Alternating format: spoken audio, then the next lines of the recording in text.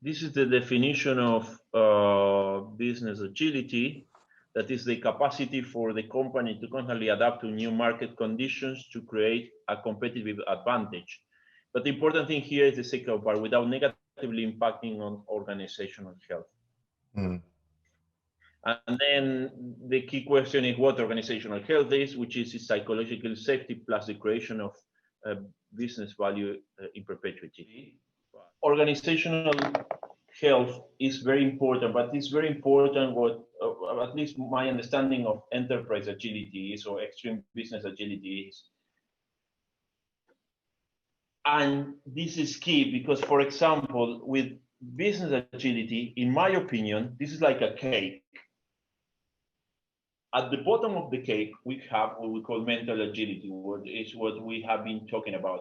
And this is about people being able to reframe the problems so they can also embrace value from another person, and that's going to increase neuroplasticity. If people are not able to do that, innovation is going to be lower, and also business value is going to decrease.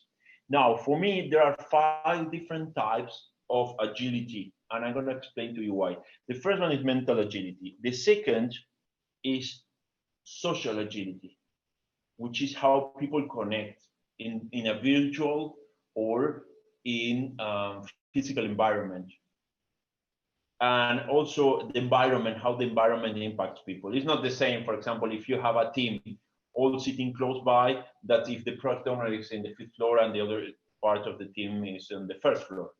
So the social environment, the social agility, how people connect is very, very important. Then we have what I call outcomes agility, which is how the company can change a strategy. Imagine that the company is going in a certain direction. We are creating shoes, and then we discover that it's not worth to sell shoes anymore.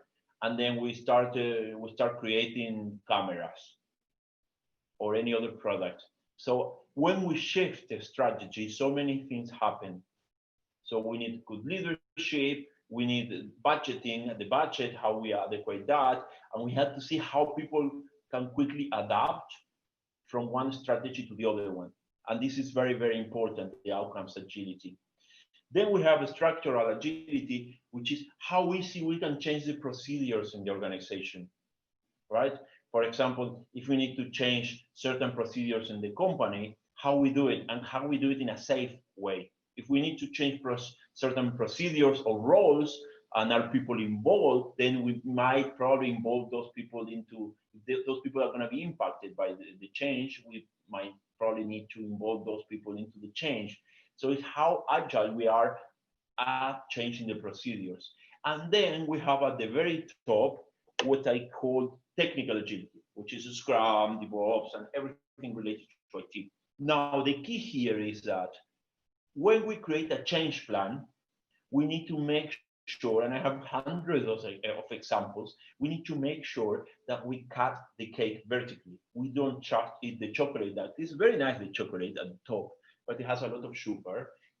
So we need to make sure that we cut the cake vertically. And what I mean about vertically is that if you're just trying to change something, you need to see if your change plan or whatever you want to influence on the company, an area, whatever, that plan includes concepts from these 5 different areas. And this is key. And what we have seen is that when we have a plan that considers these 5 concepts in the plan, then we increase resilience. Yeah. Yeah, and the examples of technical agility you've got there, like DevOps, testing, Scrum, that tends to be associated with IT teams, with software teams. So there could be technical agility which relates to other fields within an organization, such as marketing or sales or Exactly. Have a team engineering. Yeah. Yeah. Yes, and then you have seen more and more teams where we have people from different fields. So we need to make sure that we create a plan that is going to impact people. And let me give you an example. A few years ago, some of the guys they were starting with this agility thing, which was in 2016. They decided to replace a software, and that software, when they started developing it, they put them in production, but it failed like any software. So they decided to have one specific person from the team that in case the application crashed, this person would go anytime into the office, even at 3 in the morning, and try to solve it. Obviously, this person would get some perks. For example, okay, this person could arrive late at 11 or 12 as a result of being serving the team. Maybe this guy had to come at 3 in the morning for a few days. So then they allow them to do many things. We call the samurai to this guy. So what happened is this guy was going to the office at 3 in the morning. This application crashed. And the original idea of the organization is that they were changing the strategy, and then this software could help them to go in a different direction. So this guy was going to the office, and then he crashed the car. Nothing happened to the guy. But the problem is that this guy was outside working hours, so the insurance of the company didn't cover the guy. The guy didn't know if they should call someone from the team or the CEO or someone else. And then the guy didn't know how to solve the problem. And this is because the problem was taken as a problem with IT, a software, something that it was just software. But we have to consider other things. We have to have the right procedures in order to support this person. We need to see how this change is going to impact on the team. We need to see also socially how people are going to connect with this change if something happened. Mentally, how people, which tools people need to have, or how they will solve the problem in case something like this happens. So we need to make sure that we consider these 5 levels of agility when we create a change or we try to influence change in the organization.